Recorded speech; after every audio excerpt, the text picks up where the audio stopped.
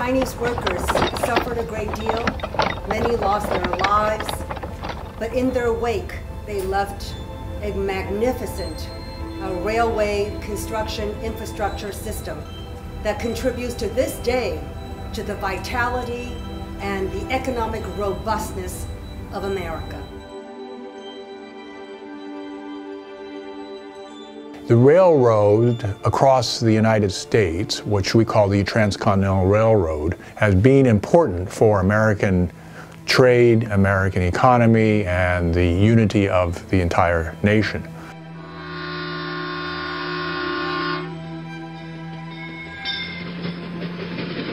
From the west was called the Central Pacific Railroad. They were in a hurry. They really wanted to get as much land as they could, while on the other side, the Union Pacific was coming from the east, and they were trying to get as much land as they could. With this race going on, the Central Pacific got up to the top of Donner Summit. That slowed them down enormously. 主要的那个民工呢，都是爱尔兰人。 特别是西边那一段呢，那是非常艰苦的，爱尔兰人呢受不了，吃不了这个苦，所以那个工程进展呢非常缓慢。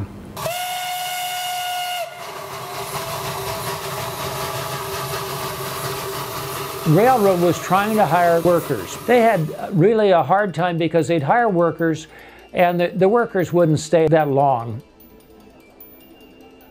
They weren't reliable. They would leave, go to the Comstock mines in Virginia, where they could make a little bit more money. They didn't have a reliable workforce. Charles Crocker, one of the Big Four, and he was at that time the superintendent of the railroad. The Big Four was the name given to the principal directors of the Central Pacific Railroad: Leland Stanford, Mark Hopkins, Collis Huntington, and Charles Crocker. Charles Crocker, he suggested that, why don't you try some Chinese workers?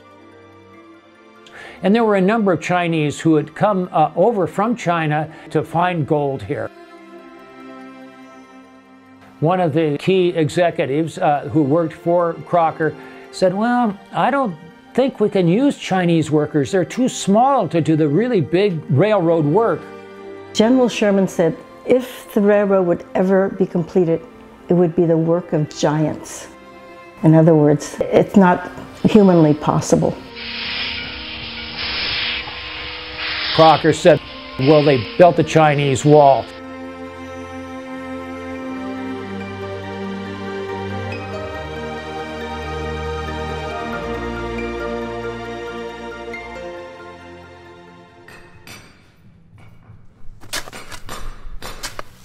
The first group was hired was local. They were people who mined, who knew how to do things. Like there was a miner named Jim King. It came when he was 15 years old, worked for 10 years in the mining. He knew how to do construction work, he knew how to handle explosives. So when he was hired by the railroad, he already knew how to do stuff, and he was immediately a foreman. And he worked almost 10 years with a miner and learned English from them. When the mining kind of tamed down, he looked to see the railroad was hiring. And so he went Central Pacific Railroad then. They began hiring those Chinese, and the Chinese worked extremely well. Reliable, dependable workers. They began to hire more and more.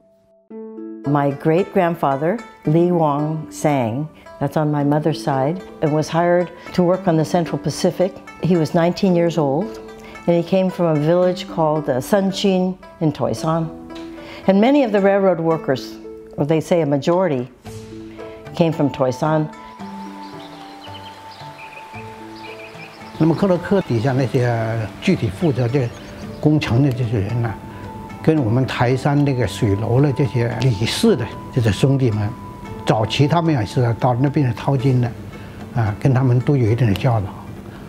理事水楼的理事兄弟就组织了一个公司，就专门负责呢这个铁路招募这个铁路华工。今年83。 在那个水楼进行那个调研的时候，水楼那些乡亲们就跟我们讲，说我这个爷爷那一辈啊，都是跟着李天佩他们到美国去修铁路。这些人去那当那个筑路华工的，实际上就是一些破产的农民，都想来到外面去搏一下。When my great-grandfather was a young man, he married early, and he heard about all the people making a lot of money in America due to the gold rush and the construction of the railroad. And back in his country, in Hoisan, they were very, very poor. So right after he got married, he left his wife behind and came to America, a land that he called Gold Mountain.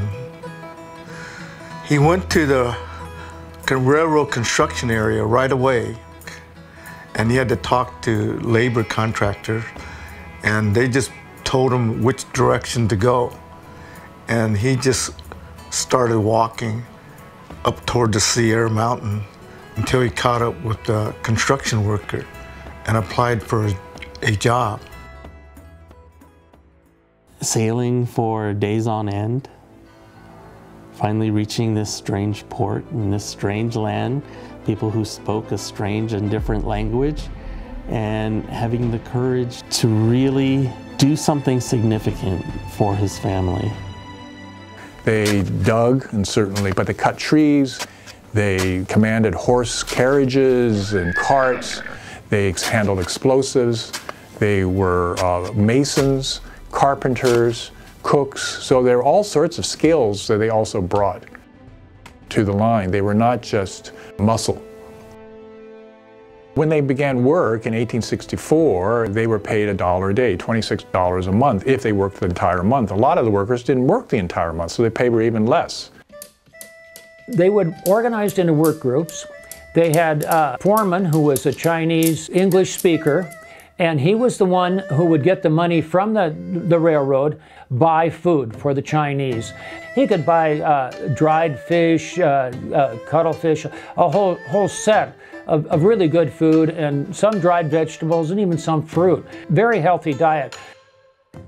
Well, the Chinese actually would boil the water for tea before they drank it, so it really cleared up the water. Other workers, they would put their cup into the stream and drink the water. There are a lot of diseases born through the water. Dysentery is a result. Up on the top of Donner Summit, there's a little pond that's full of catfish. Nobody can really explain where the catfish came from. One of the stories is that the Chinese might do as a way of keeping it very fresh until they're ready to eat it.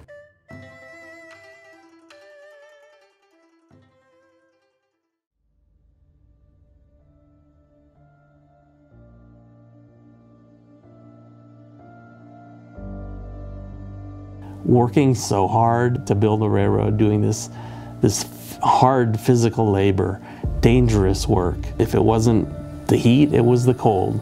If it wasn't hanging from ropes and planks down a cliff to put explosives, it was going into a tunnel.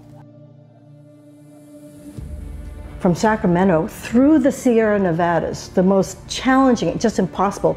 If they couldn't go around the mountains, they went through it, through solid granite, and during one of the worst winters of the century. Granite rock. And they had to build tunnels through it. They ended up having to build 8 tunnels through that granite rock.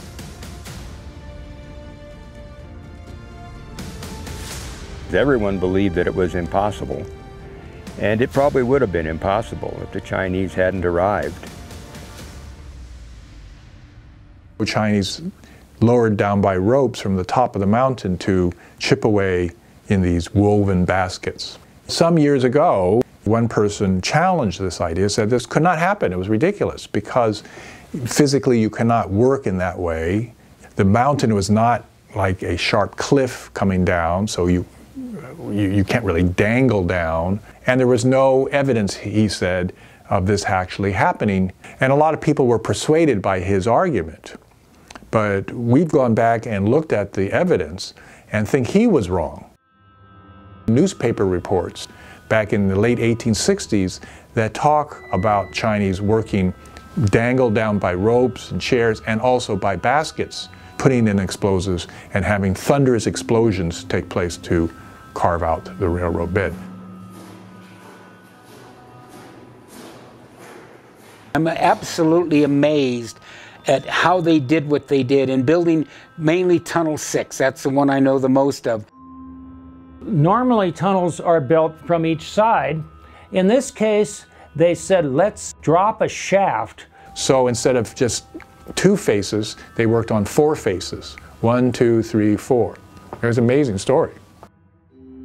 Put a chemistry lab up at the top of the mountain here where they formulated the nitroglycerin, and then they would put it in vials and they would take it down.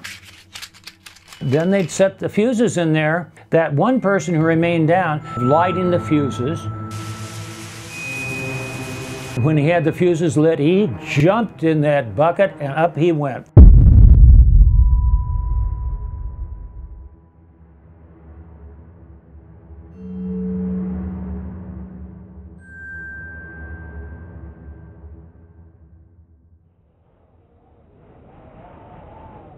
Extremely hazardous working, not only the terrain itself, but the weather conditions here. In 1967, there was an avalanche. At least 35 Chinese workers were killed because the house and the building they were in was caught by the avalanche.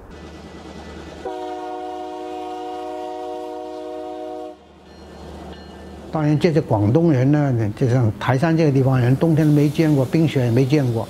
到那边以后，水死了，哇，谁的骸骨运回来了，也基本也没有记录。反正那个时候，在这华人是不值钱的，死了就是往那个铁路旁边一扔，或者往那个山谷里面一扔，就完了。 So on the payroll records or in the newspapers, sometimes Chinese is identified only as, say, Yip or Yi or Fong or something like this. And no one knows we don't know who that person is. So that's why they're nameless in the sense that we have very few records of their actual lives and their biographies going back to that time. This is one reason why we don't know who our ancestors are. It's hard to find the names of the people who actually built the railroads. Long, hard hours, the most dangerous jobs, and at lowest pay. There was really horrible conditions, almost inhuman conditions, but they did it.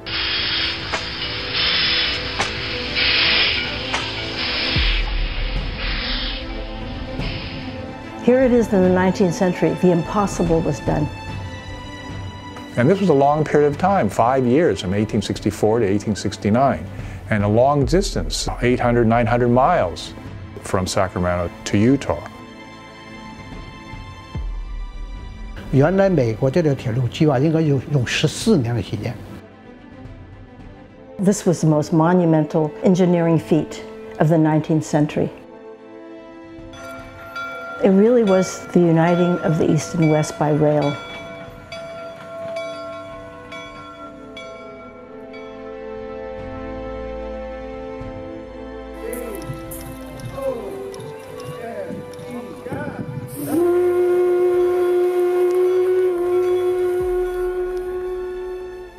When the railroad came, it was like a blessing from heaven. The country jumped right on it.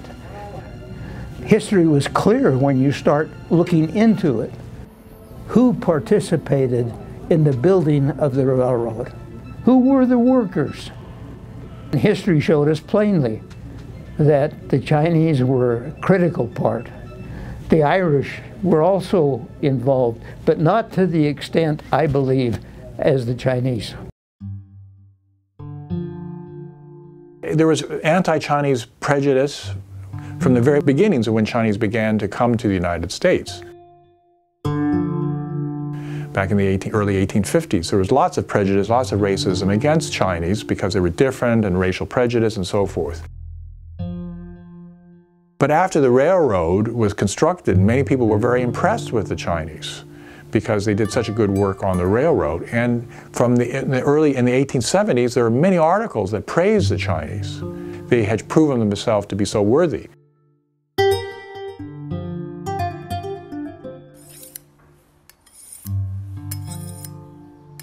And there were all sorts of ceremonial events. Leland Stanford was the president of the Central Pacific Railroad. He presided over the events on May 10th. He was a big man, but not that strong. He was not a worker. So he sort of just tapped the ceremonial spike.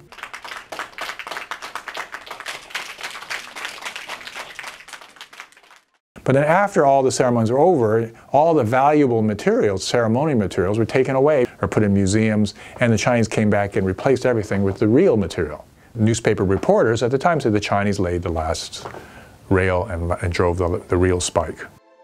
This is what a spike wheel looks like, to drive into the side of the rail to hold it into the ties. Because they're tough, it's hard, this is what was essential. It can be certainly used as a symbol for the Chinese workers.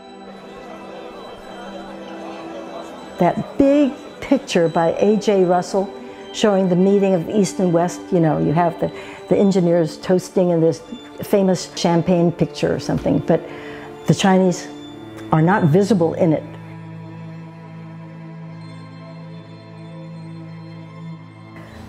I think that the reason why we have to make a big thing of the photograph is because that's what people see. You know, as I said, people can nitpick and say, oh, that looks like a Chinese person, or they weren't really excluded. There are other Chinese. This is the iconic picture that is used all the time. It's used in every single book that I have over there. For the last 5 years, we take a bus to go to the Golden Spice ceremony. We take picture. That's to remember our ancestors. They didn't take picture at that time. Now we're going to do the picture to make it up for that. I feel like it's our responsibility to spread the word, to let everyone know.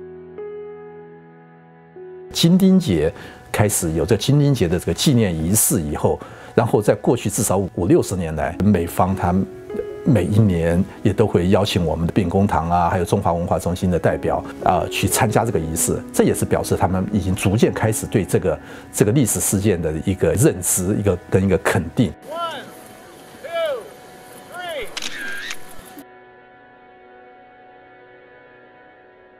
Our roots, really, of Chinese America with the railroad, the building of the railroad.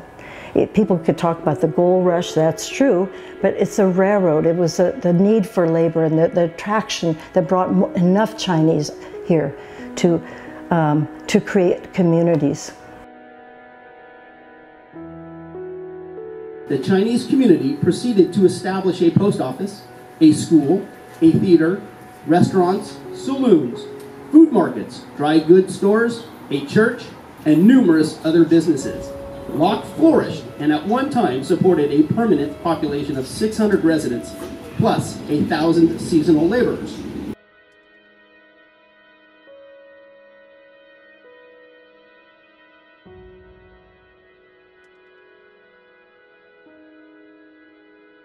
My mom keeps saying he came from the railroad, but I couldn't find anything until I got invited to go to the railroad because some Chinese came over and wanted to know some descendants. Somebody said, I'm a descendant, and they found his name in the payroll log. I'll be darned. So I'm all the way from the mining to the railroad he was foreman on the levee, and then the farming, you know, and he raised 8 kids on the Greens Ranch.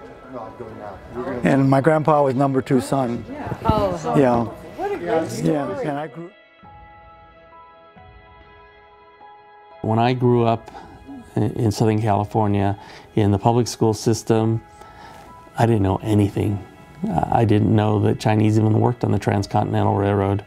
I could probably barely tell you what the Transcontinental Railroad was from my schooling.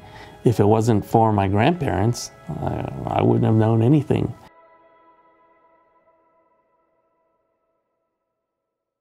Family stories are that he was a cook in the railroad. His intention was always to go back to China after.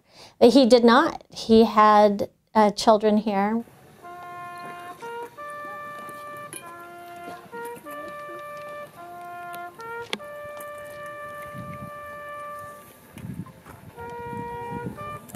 There was an absence of instruction on it. So I don't think that in general people understand or appreciate the scope of the contributions of Chinese to the building of the Transcontinental Railroad and as a result the building of the United States. The Chinese have been part and an important part of the United States from very early on, particularly in the western part. They were essential in building up California in the 1850s and 1860s, 1870s. They were essential in building the railroad that really meant so much for California subsequently. And we also need to remember how violent and anti-hostile many Americans were to the Chinese. And these are all inheritances we have today.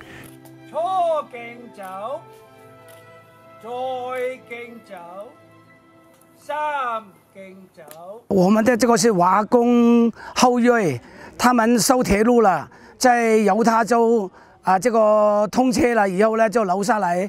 所以呢，我们呢每年春秋两季都纪念华工在美国修铁路留下血和汗，为美国繁荣付出贡献。And I feel that we're not done until every school child and every official in America just knows the true story of the building of the Transcontinental Railroad, that Chinese laborers made the impossible dream come true.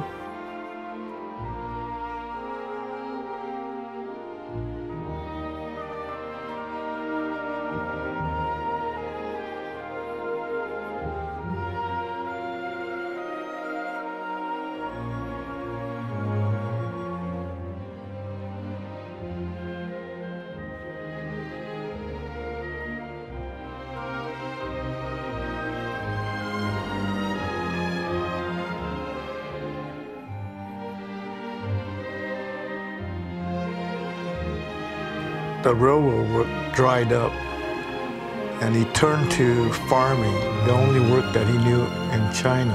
He rode home again, telling his wife that by the time he goes back home to China, they would be too old to have a family of their own. So he told her to adopt a son who was my grandfather. Welcome back, citizens of Carlin. I am Mayor Holbrook, and I am honored and thankful you have returned. You've been gone too long. It is Carlin's 150th birthday this year, and as part of our celebration, we nominate people who have made Carlin strong over the last 150 years. I nominate the 13 of you to our list. Your broken bones tell a story of a time we should not forget, and your being here today has made us remember the past.